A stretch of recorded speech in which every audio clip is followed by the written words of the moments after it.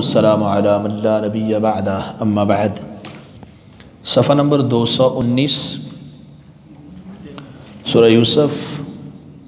سورہ نمبر 12 آیت نمبر 58، پارہ نمبر 13۔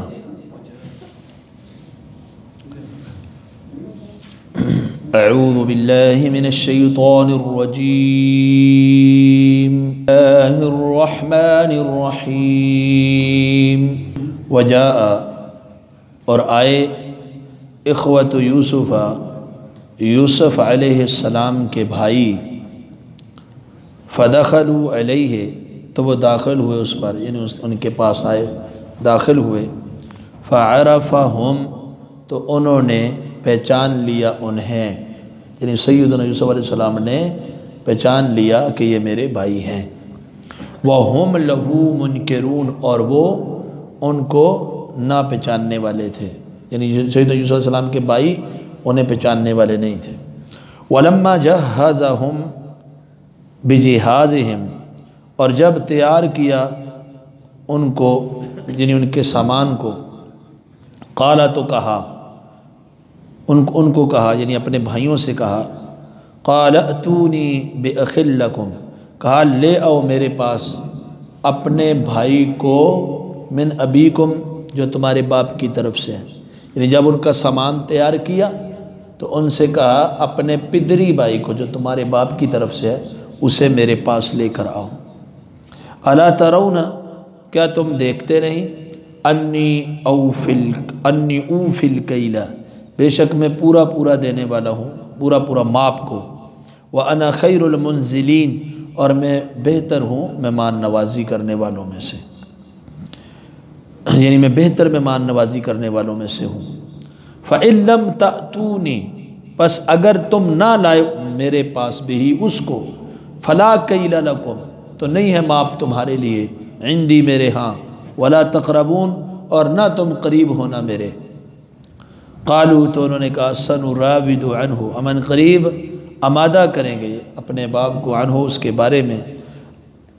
قالوا، تو انہوں نے کہا، سَنُرَاوِدُ عَنْ قریب، ہم آمادہ کریں گے، عنہ اس بھائی کے بارے میں، اباہ اپنے باپ کو، وَإِنَّا لَفَاعِلُونَ، اور بے شک ہم البتہ یہ کرنے والے ہیں۔ وقال، اور کہا، لِفِتْيَانِهِ، اپنے خادموں کو، اجعلوا بضاعتهم، رکھ دو ان کی پونجی کو، ان کی رقم کو، فی رحالہم، ان کے کجاووں میں، لعلہم یعرفونہا، شاید کہ یہ اس کو پہچان لیں، اذا انقلبوا، جب وہ لوٹیں، الی اہلہم، اپنے اہل کی طرف، اپنے گھر والوں کی طرف، لعلہم یرجعون، تاکہ وہ لوٹیں۔ اب یہاں سے سیدنا یوسف علیہ السلام کو جب اللہ تعالیٰ نے مصر کے اندر ایک منصب دے دیا، عہدہ دے دیا، اختیار دے دیا، تو یہاں آگے ظاہر ہے خوشحالی والے سال آئے ہوں گے، تو خوشحالی والے سال جو ہیں ان کا تذکر اللہ نے پھر نہیں کیا کہ درمیان میں کیا اہتمام تھا، کیا انسلام تھا۔ ظاہر ہے سیدنا یوسف کا انتظام بڑا بہترین انتظام ہوگا۔ اب جب وہ خوشحالی کے 7 سال گزر گئے نا، تو اس کے بعد قحط کے سال شروع ہو گئے۔ جب قحط کے سال شروع ہوئے تو وہ قحط صرف مصر کے اندر ہی نہیں تھا، وہ قحط گرد و نواح کے علاقوں کے اندر بھی تھا، اور یوسف علیہ السلام کا انتظام اتنا بہترین تھا، اتنا بہترین کہ باقی علاقوں کے لوگ مصر میں غلہ خریدنے کے لیے آتے، جب قحط ہے غلہ نہیں مل رہا کھانے کے لیے، تو باہر کے لوگ بھی مصر میں آ کر غلہ خریدتے۔ یہ سیدنا یوسف علیہ السلام کا اہتمام تھا، خوشحالی کے دنوں میں غلے کا اسٹاک کا بہترین طریقہ کار تھا کہ باہر سے آنے والے، تو باہر سے لوگ آتے،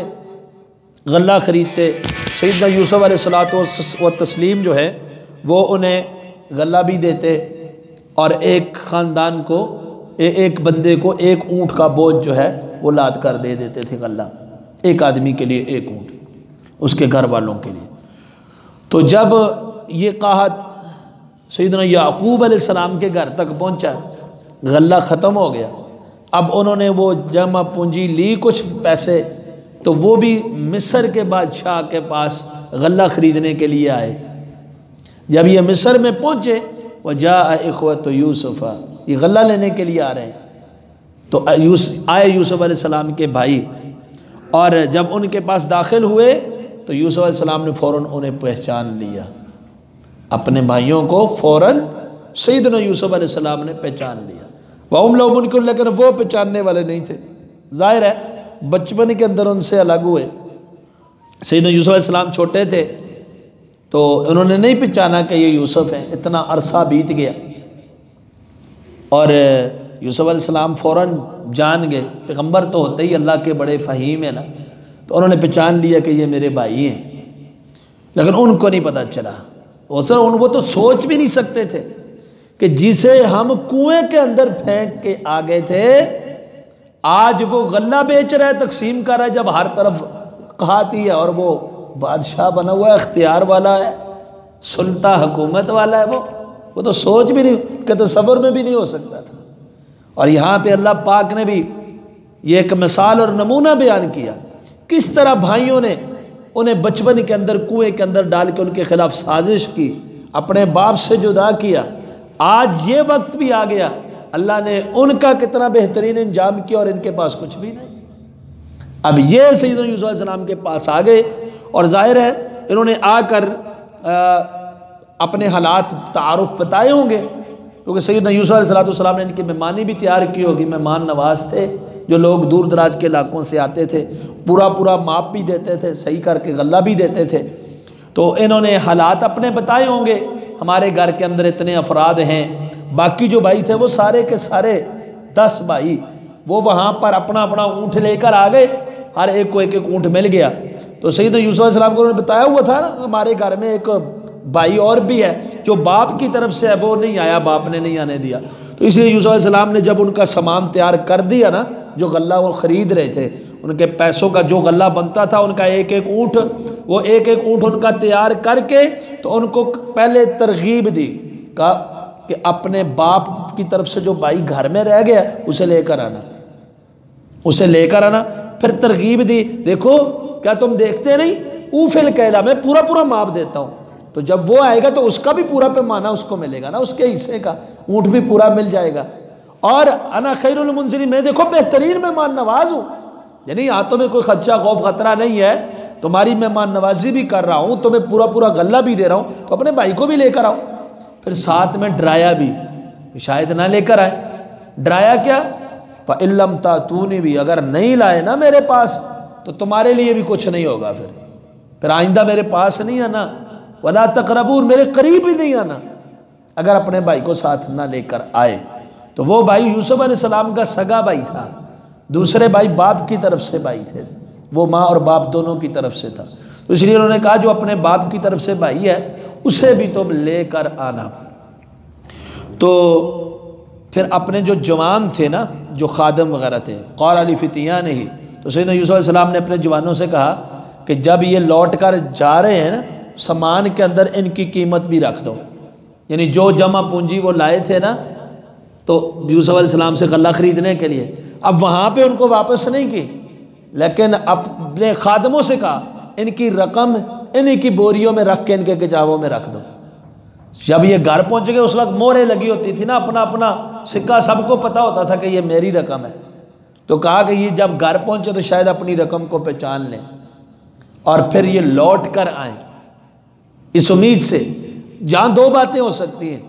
پہلی بات تو یہ کہ جب وہ دیکھیں گے کہ بادشاہ اتنا احسان کرنے والا ہے کہ ہمیں غلہ بھی دے دیا،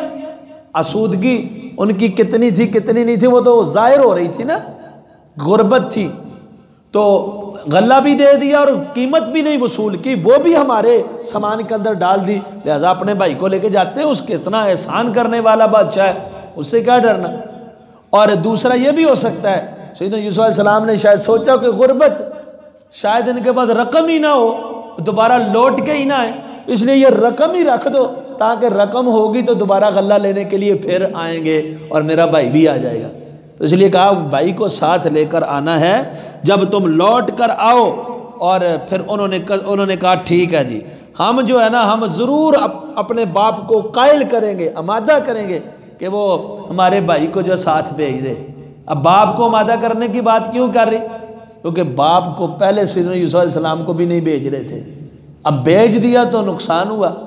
اب باپ دوسرے بھائی کو بھی ان کے ساتھ بھیجنے کے لیے تیار تھے ہی نہیں۔ سیدنا یعقوب علیہ السلام نے،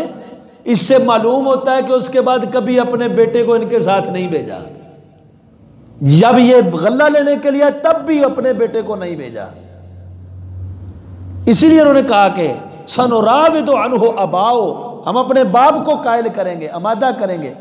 وَإِنَّا لَفَاعِلُونَ، اور ہم یہ ضرور کرنے والے ہیں۔ تو یہاں سے سیدنا